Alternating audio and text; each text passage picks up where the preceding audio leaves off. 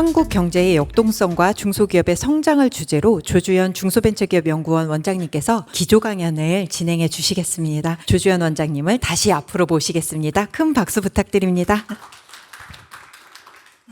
네, 기조 강연이라고 하니까 너무 거창합니다. 그런데 저희 연구원이 최근에 가지고 있는 문제의식과 고민, 그리고 또 앞으로 정부가 했으면 하는 일들을 담아 보려는 그런 순서라고 좀 이해해 주시면 감사하겠습니다. 우리 한국 경제는 그야말로 역동적인 성장의 길을 걸어왔습니다. 그 성공 스토리에는 대기업의 역할이 많이 부각이 되어 있죠.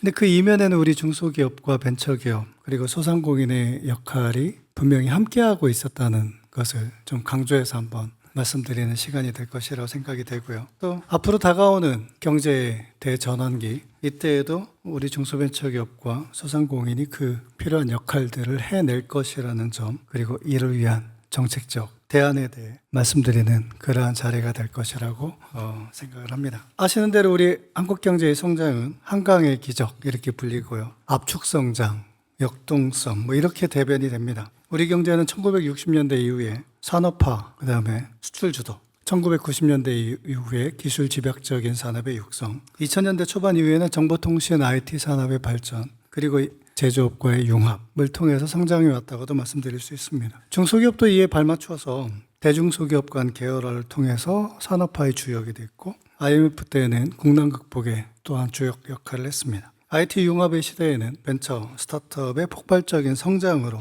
또 역할을 했고, 코로나 시대에는 중소기업과 소상공인들이 불안해진 고용에 대해서 흡수판 역할을 하면서 우리 경제를 안정화시키는 또한 주역의 역할을 해왔다고 생각을 합니다. 또 정부의 정책도 이런 중소기업을 보호하고 또는 육성하고 또 어떤 때는 고도화하는 그런 정책을 해가면서 일반 중소제조업의 경쟁력 강화, 또한 벤처 스타트업의 육성, 소상공인의 보호와 혁신, 또한 안전망 설계 이런 역할들을 하면서 대응을 해왔습니다. 최근까지도 중소기업 정책은 경제위기 극복을 위해서 중소제조업 경쟁력 강화를 위한 스마트 공장 보급, 중소기업 인력 문제 해결을 위한 유학생 취업제도, 성장동력 약화에 대응하는 정책금융 확대와 신사업 진출을 종합 지원하는 것, 또한 벤처 스타트업 투자시장 활성화를 위해서 정부가 투자 마중물 역할을 하고 청년 창업을 위한 인프라를 지속적으로 확대하고 인큐베이팅 환경을 조성하고, 코로나19 대유행 중에는 우리가 기억하는 대로 자영업자를 위한 재난지원금, 손실보상, 손실보전, 저금리 대출과 만기 연장 조치 등을 시행하면서 위기 때마다 필요한 여러 가지 역할들을 수행하여 왔습니다. 이러한 중소기업 정책의 결과로 중소기업의 무역 수출액, 그 다음에 상용 근로자가 계속 증가하여 왔고, 또한 벤처기업의 고용이 우리 4대 그룹의 종사자 수를 능가하기도 하고, 소상공인의 근로자 비율이 증가하고, 또한 취약계층을 위한 일자리 창출의 주역으로 역할하는 것을 가능하게 하는 등 우리 중소기업 정책이 중소기업과 벤처기업 그리고 소상공인의 약증과 역할 강화에 기여했다고 생각을 합니다. 우리 대한민국이 다시 위기와 반대편으로 제도약의 갈림길에 있습니다. 이제 들어설 새로운 정부가 맞이하게 되는 국가 경제의 상황이 결코 녹록치가 않습니다. 국가의 혁신성이 답보 내지는 횡보하고 있는 상황에서 특히 기술 부문의 경쟁력만 보아도 경쟁국, 중국을 많이 염두에 두고 있습니다. 경쟁국에 비해서 이제는 뒤처지고 있고, GDP의 성장률이 OECD는 물론 세계 평균에도 미치지 못하고 있는 그런 상황입니다. 무엇보다도 업황 실적이나 채산성 이러한 면에서 봤을 때 대기업과 중소기업의 회복력이 공히 저하되고 있으며 기업의 재무 건전성도 악화되는 부분들이 있습니다. 또한 원자재 가격이 급등하고 중소제조업의 가동률이 하락하는 현상, 또 개인 사업자를 볼 때 평균 대출액이나 연체율 이러한 것이 높아지고, 서비스업의 폐업률 증가, 또는 부가가치 창출 비율이 하락하는 것, 이런 것을 보면 그 우려를 깊이 가지지 않을 수가 없습니다.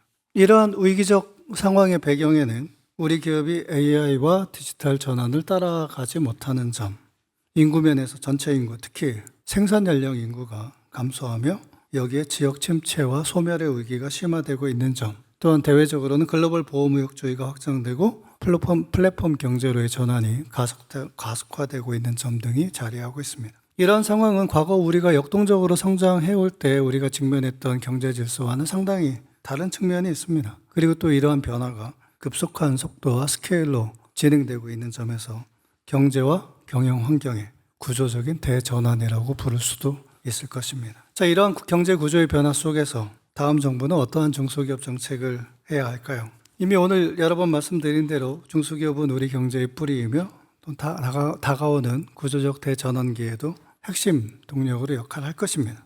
정부는 이러한 중소기업을 위해 다양한 성장 경로를 구축하고 우리 경제의 역동성을 제고하고 중소기업의 지속적인 성장을 뒷받침해야 할 것입니다. 앞으로 중소기업 정책은 개별 기업 중심에서 생태계 중심으로, 수도권 중심에서 지역 중심으로, 정책자금 융자 중심에서 민간 투자 중심으로, 산발적인 지원에서 스케일업을 지원하는 것으로, 보호하는 것에서 회복과 성장 중심으로 패러다임이 변화하게 될 것입니다. 그 과정에서 또한 우리는 3가지 정도의 당면 과제를 찾아보게 됩니다.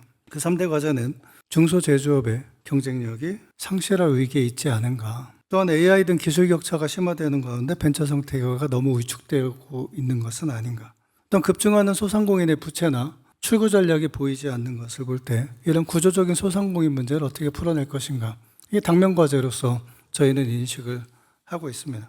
자, 이러한 문제들을 해결하기 위해서 저희가 제안을 하고자 합니다. 먼저 중소기업, 벤처기업, 소상공인의 성장을 위한 다양한 경로는 혁신, 균형, 기회, 창출로 저희가 키워드를 뽑아봤는데요. 혁신을 통한 성장, 그 다음에 대기업과 중소기업 간의 균형을 통한 성장, 그 다음에 틈새형이라고도 볼 수 있겠죠. 기회 창출형 성장의 경로가 필요하다. 그리고 이를 실현하는 넥스 플랜 10가지를 다음과 같이 제안합니다. 첫 번째, 딥테크 분야의 창업과 스케일업을 강화해야 합니다. 이를 위해서 글로벌 창업과 인재, 자본, 해외 시장을 아우르는 스케일업 지원을 체계화하고 대규모 투자를 가능하게 하는 스케일업 펀드 조성도 필요합니다. 그리고 딥테크 기술 사업화와 관련된 금융을 일괄 지원하는 기술금융공사와 같은 기관도 신설하는 것을 적극 검토할 필요가 있습니다. 둘째는 스타트업 및 중소기업의 AI 전문 인력을 양성하고 공급을 확대하여야 합니다.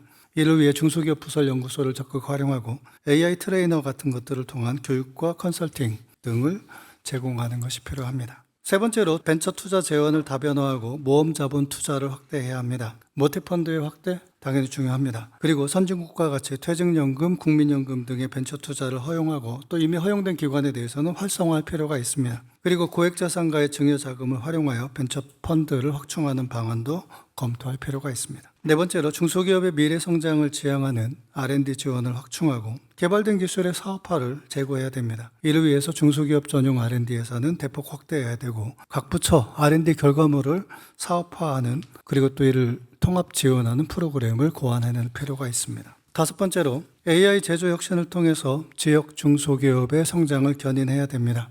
지역의 대도시 경제 광역 경제권에 AI 제조 혁신 허브를 조성하고 스마트 공장을 통해서 뿌리산업 및 전통 제조업의 AI 전환과 디지털 전환과 같은 혁신을 유도해야 됩니다. 여섯 번째로 지역 중소기업 성장을 위한 생태계 구축이 필요합니다. 지역의 주력 산업 개편, 미래 신산업을 겨냥하는 R&D 프로그램을 도입하고 공급망까지 함께 고도화해야 됩니다. 또한 대학의 적립금을 활용해서 지방의 벤처펀드를 확충하는 방안도 검토할 필요가 있습니다. 일곱 번째로 일하는 방식 유연화해야 되고 고용의 형태도 다양화할 필요가 있습니다. 또한 고령자 중소기업이 취업 시에 조세 지원 범위를 확대하고 고령자에 대한 임금 체계도 합리적으로 재편할 필요가 있습니다. 여덟 번째로 상생의 범위를 확대하고 이 상생의 논의 안에도 공급망 혁신을 협의하는 협의체 구성을 논의해야 됩니다. 플랫폼, 소상공인, 가맹사업 이러한 주제에 대해서 상생의 틀을 확장하고 새로운 갈등 유형에 대한 위원회를 구성하는 방안이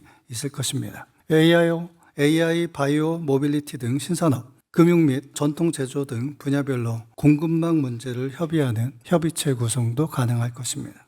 아홉 번째로 소상공인의 회복을 위한 지원 체계를 구축해야 됩니다. 소기업, 소상공인 회복지원기금이나 회복지원위원회 등 설치를 검토하고 소상공인의 사회보험료 지원, 또한 폐업에서 재취업, 재도전으로 이어지는 통합지원을 통해서 사회 안전망을 실효성 있게 강화하는 방안을 마련해야 됩니다. 마지막으로 생계형 창업보다는 기회창출형 창업 지원을 강화하고 역사와 문화 관광자원 등을 활용해서 랜드마크형 상권을 조성하는 등 상권 활성화를 통해 소상공인의 안정적인 성장 기반도 마련해야 됩니다. 이제 마무리하고자 합니다. 경제의 전환기에는 무엇보다도 회복과 생태계의 정비가 필요합니다. 대기업 중심의 성장 그리고 이 낙수 효과에는 분명히 한계가 있습니다. 중소벤처기업이 주도하고 성장 동력을 창출할 수 있는 경제 생태계의 조성이 필요합니다. 창업에도 창업 생태계의 조성이 필요하고 지방에도 기업 생태계를 조성하는 것 없이는 지방 활성화는 요원하다고 생각을 합니다. 마찬가지로 녹색과 디지털 전환에서도 나름의 생태계를 구축하는 전략이 필요합니다.